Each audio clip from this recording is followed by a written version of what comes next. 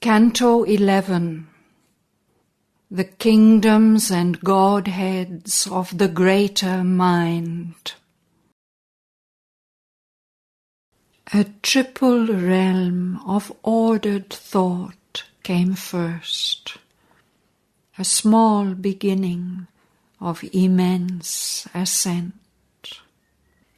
Above were bright ethereal skies of mind, a packed and endless soar, as if sky pressed sky, buttressed against the void on bastioned light. The highest strove to neighbor eternity, the largest widened into the infinite. But though immortal, mighty and divine, the first realms were close and kin to human mind. Their deities shape our greater thinking's roads. A fragment of their puissance can be ours. These breadths were not too broad for our souls to range. These heights were not too high for human hope. A triple flight led to this triple world. Although abrupt for common strengths to tread, its upward slope looks down on our earth poise, on a slant not too precipitously steep. One could turn back, travelling deep descending lines, to commune with the mortal's universe. The mighty wardens of the ascending stair, who intercede with the all-creating Word, there waited for the pilgrim heaven-bound soul, holding the 1,000 keys of the beyond. They proffered their knowledge to the climbing mind, and filled the life with thought's immensities. The prophet hierophants of the occult law, the flame-bright hierarchs of the divine truth, interpreters between man's mind and God's, they bring the immortal fire to mortal men. Iridescent, bodying the invisible, the guardians of the eternal's bright degrees fronted the sun in radiant phalanxes. Afar they seemed a symbol imagery, illumined originals of the shadowy script in which our sight transcribes the ideal ray, or icons figuring a mystic truth, but nearer gods and living presences. A march of friezes marked the lowest steps, fantastically ornate and richly small. They had room for the whole meaning of a world, symbols minute of its perfection's joy. Strange beasts that were nature's forces made alive, and wakened to the wonder of his role, man, grown an image undefaced of God, and objects, the fine coin of beauty's reign.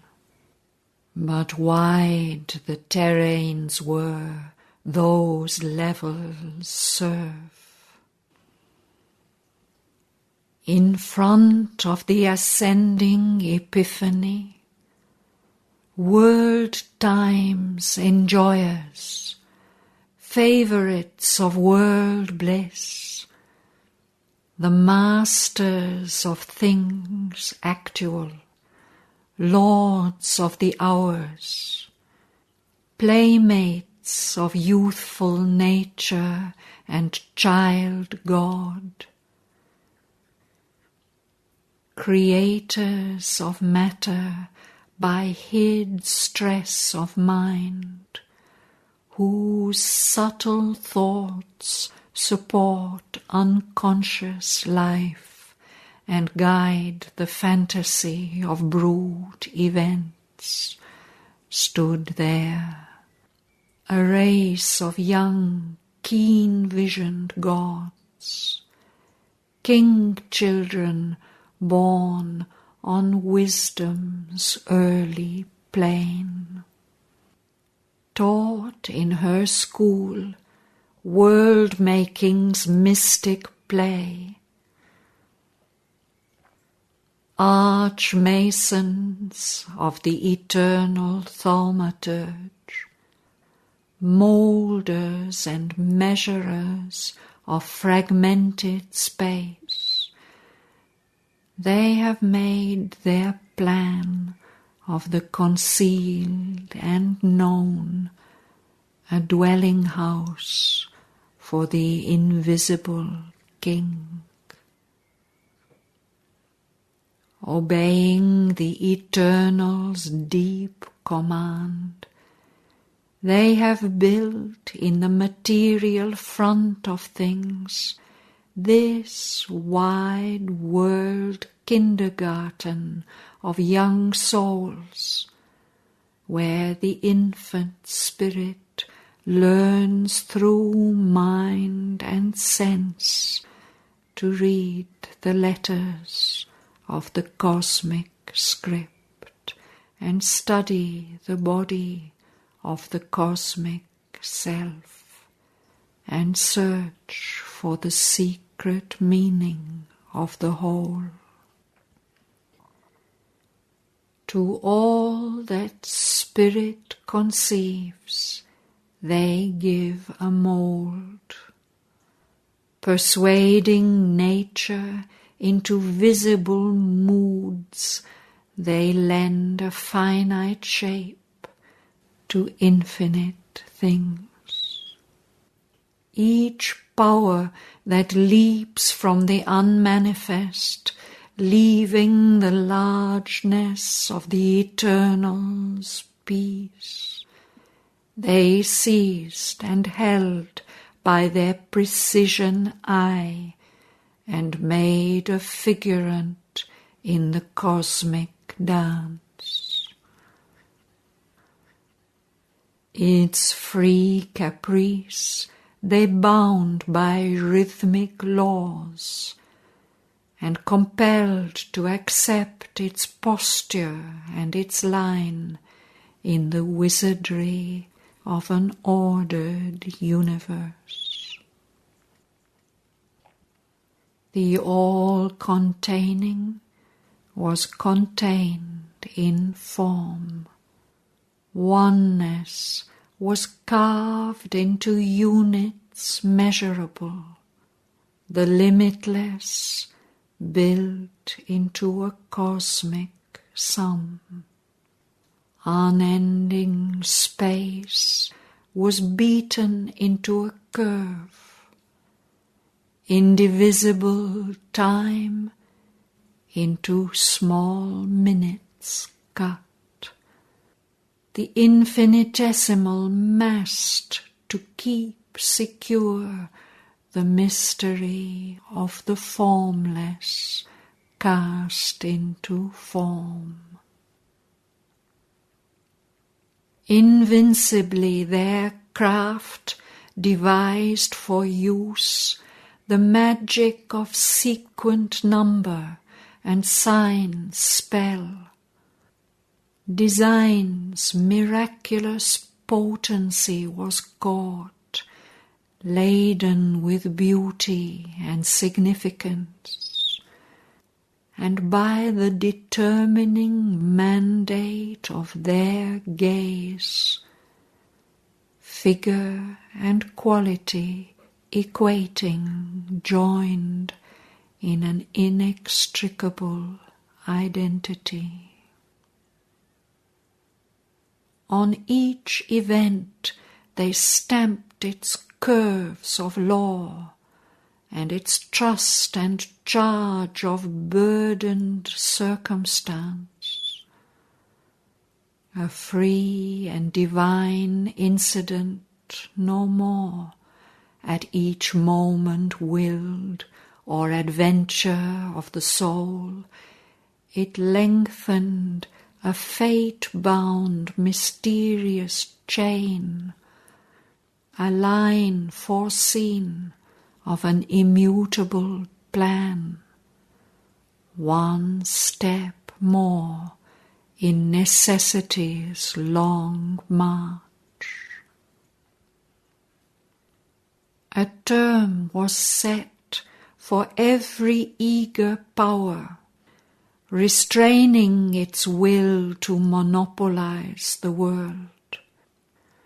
A groove of bronze prescribed for force and act, and shown to each moment its appointed place, fore-willed inalterably in the spiral, huge time loop, fugitive from eternity. Inevitable, their thoughts, like links of fate, imposed on the leap and lightning race of mind, and on the frail, fortuitous flux of life, and on the liberty of atomic things. Immutable cause and adamant consequence. Idea gave up the plastic infinity to which it was born, and now traced out instead small separate steps of chain work in a plot. Immortal once, now tied to birth and end, torn from its immediacy of errorless sight, knowledge was rebuilt from cells of inference into a fixed body, flask and perishable. Thus bound it grew, but could not last, and broke, and to a new thinking's body left its place.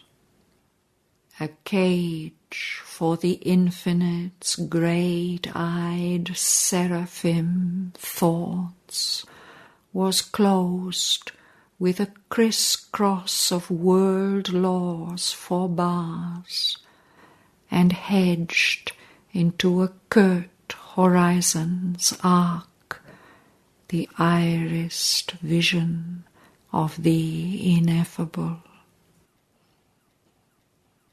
a timeless spirit was made the slave of the hours.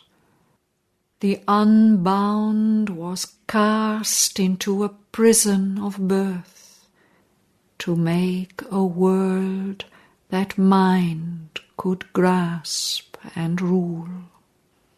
On an earth which looked towards 1,000 suns, that the created might grow nature's lord, and matter's depths be illumined with a soul, they tied to date and norm and finite scope the million mysteried movement of the One.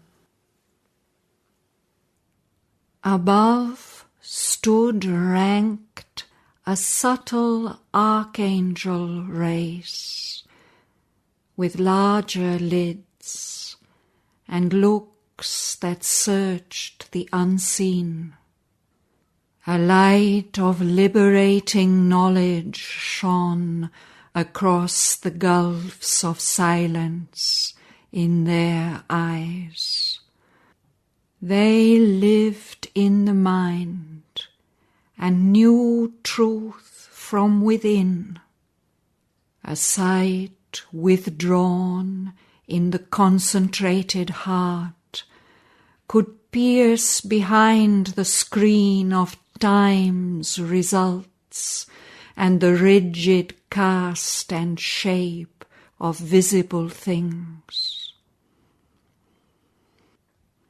All that escaped conception's narrow noose, vision descried and gripped, their seeing thoughts filled in the blanks left by the seeking sense. High architects of possibility and engineers of the impossible, mathematicians of the infinitudes and theoricians of unknowable truths, they formulate enigmas, postulates, and join the unknown to the apparent worlds. Acolytes, they wait upon the timeless power, the cycle of her works investigate, passing her fence of wordless privacy, their mind could penetrate her occult mind and draw the diagram of her secret thoughts. They read the codes and ciphers she had sealed. Copies they made of all her guarded plans. For every turn of her mysterious course assigned a reason and unchanging rule. The unseen grew visible to student eyes. Explained was the immense inconscient scheme. Audacious lines were traced upon the void. The infinite was reduced to square and cube. Arranging symbol and significance, tracing the curve of a transcendent power, they framed the Kabbalah of the cosmic law, the balancing line discovered of life's technique and structured her magic and her mystery. Imposing schemes of knowledge on the vast, they clamped to syllogisms of finite thought the free logic of an infinite consciousness, grammared the hidden rhythms of nature's dance, critiqued the plot of the drama of the worlds, made figure and number a key to all that is. The psychoanalysis of cosmic self was traced, its secrets hunted down, and read the unknown pathology of the unique. Assessed was the system of the probable, the hazard of fleeing possibilities to account for the actual's unaccountable sum.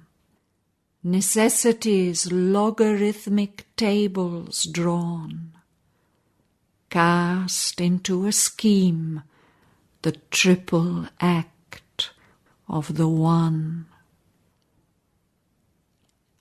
Unveiled the abrupt, invisible multitude of forces whirling from the hands of chance, seemed to obey some vast imperative.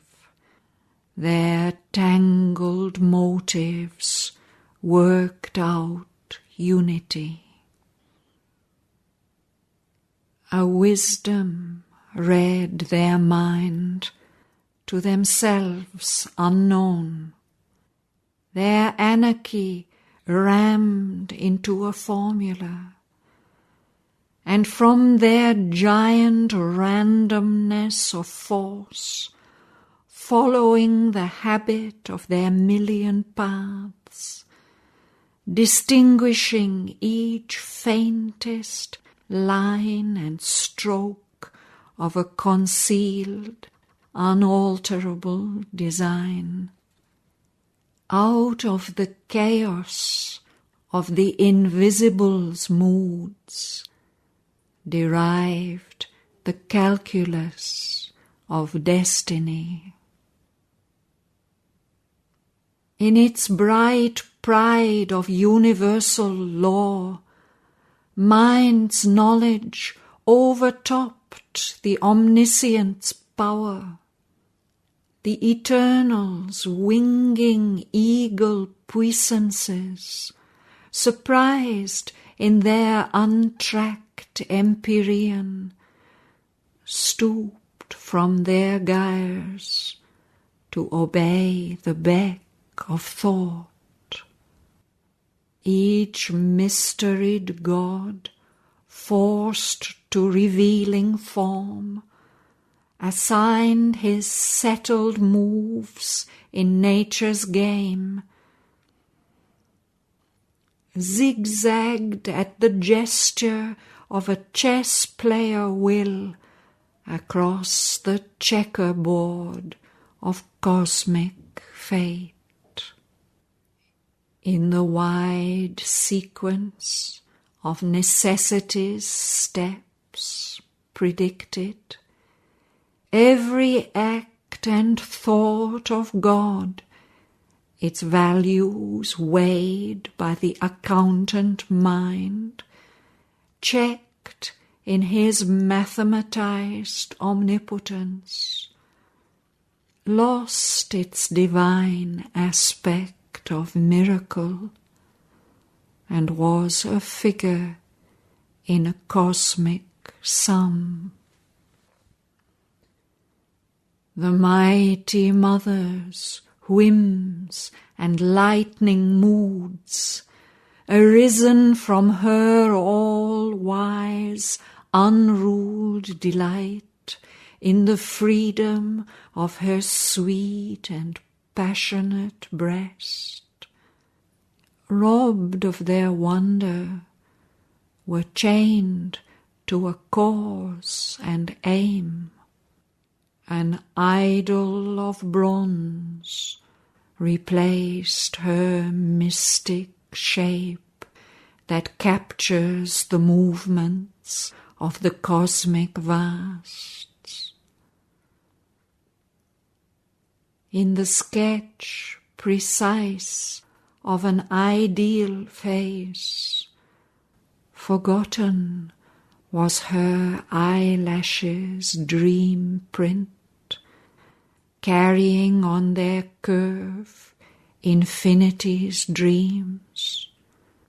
Lost the alluring marvel of her eyes. The surging wave throbs of her vast sea heart, they bound to a theorem of ordered beats. Her deep designs, which from herself she had veiled, bowed, self-revealed in their confessional. For the birth and death of the worlds they fixed a date. The diameter of infinity was drawn, measured the distant arc of the unseen heights, and visualized the plumbless, viewless depths, till all seemed known that in all time could be. All was coerced by number, name, and form. Nothing was left untold, incalculable. Yet was their wisdom circled with a naught.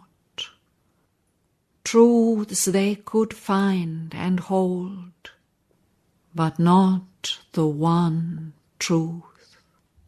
The highest was to them unknowable.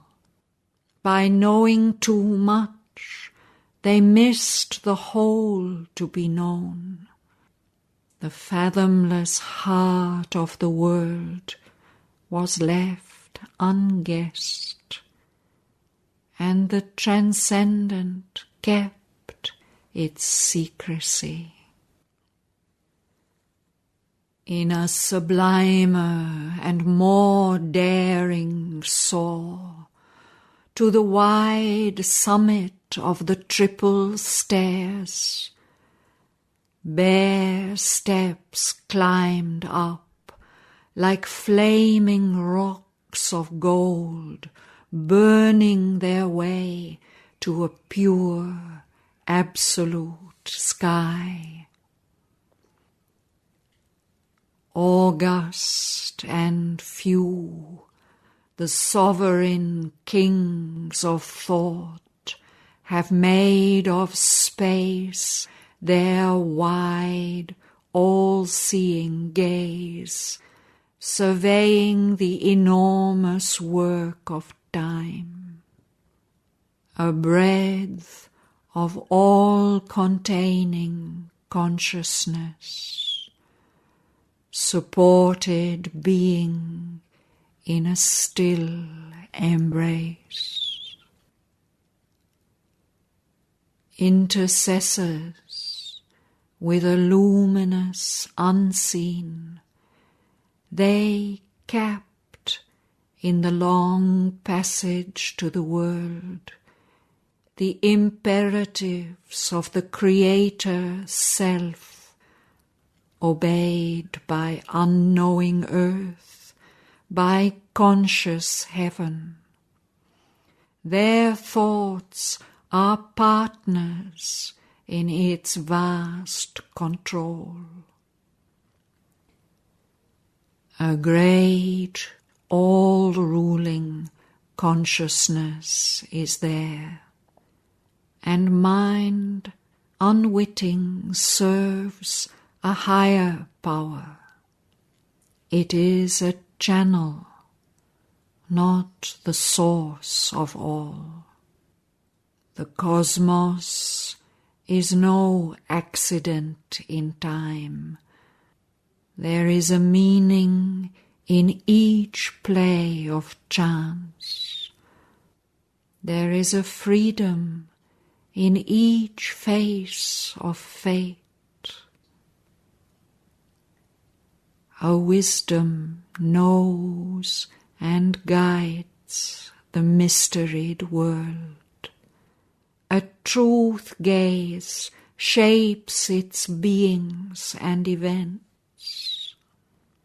A word self-born upon creation's heights, voice of the eternal in the temporal spheres, prophet of the seeings of the absolute, sows the idea's significance in form, and from that seed the growths of time arise. On peaks beyond our ken, the all-wisdom sits. A single and infallible look comes down, a silent touch from the supernal's air awakes to ignorant knowledge in its acts, the secret power in the inconscient depths, compelling the blinded Godhead to emerge,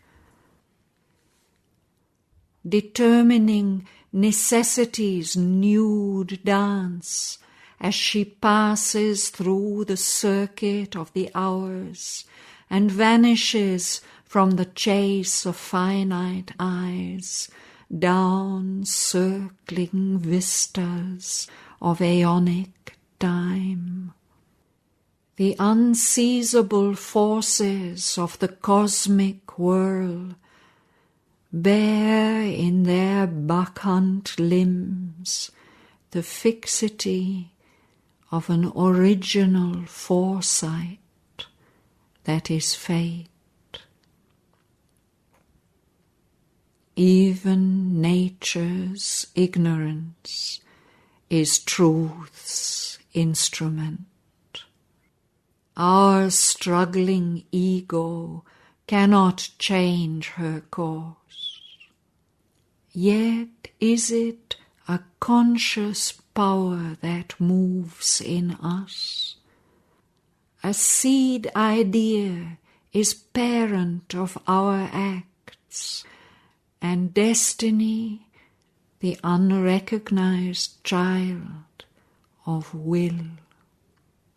Infallibly, by truth's directing gaze, all creatures hear their secret self disclose, forced to become what in themselves they hide.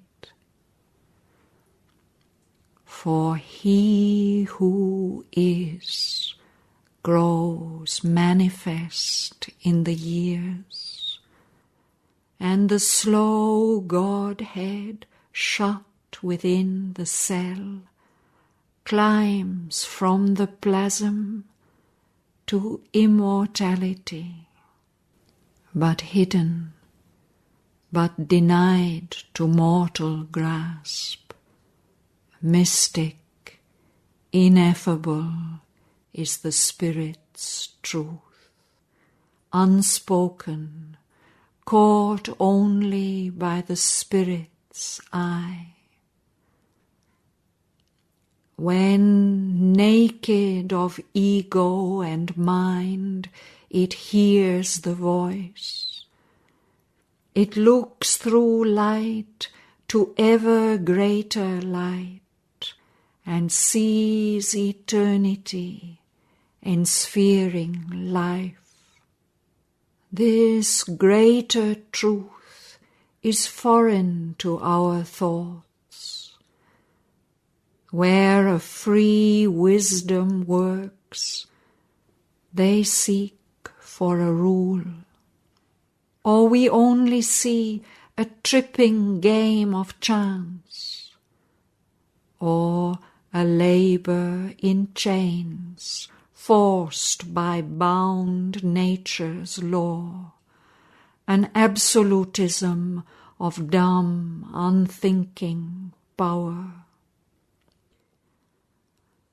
Audacious in their sense of God-born strength, these dared to grasp with their thought truths absolute, by an abstract purity of godless sight, by a percept nude, intolerant of forms, they brought to mind what mind could never reach, and hoped to conquer truth's supernal base. A stripped imperative of conceptual phrase, architectonic and inevitable, translated the unthinkable into thought. A silver-winged fire of naked subtle sense, an ear of mind withdrawn from the outward's rhymes, discovered the seed sounds of the eternal word, the rhythm and music heard that built the worlds, and seized in things the bodiless will to be.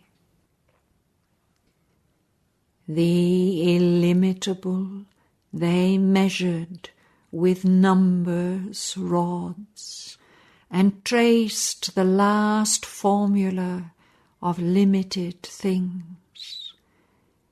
In transparent systems, bodied termless truths, the timeless made accountable to time, and valued the incommensurable supreme.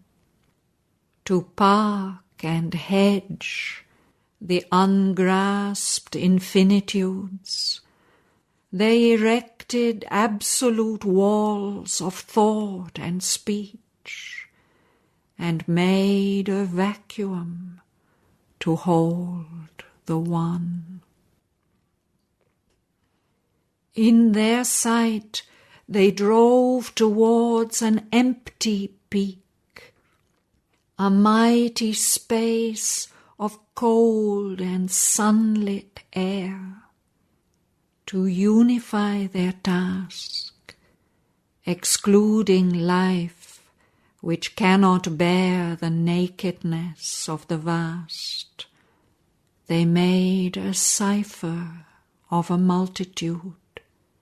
In negation found the meaning of the all, and in nothingness the absolute positive. A single law simplest the cosmic theme, compressing nature into a formula. Their Titan labour made all knowledge one, a mental algebra of the Spirit's ways, an abstract of the living divinity.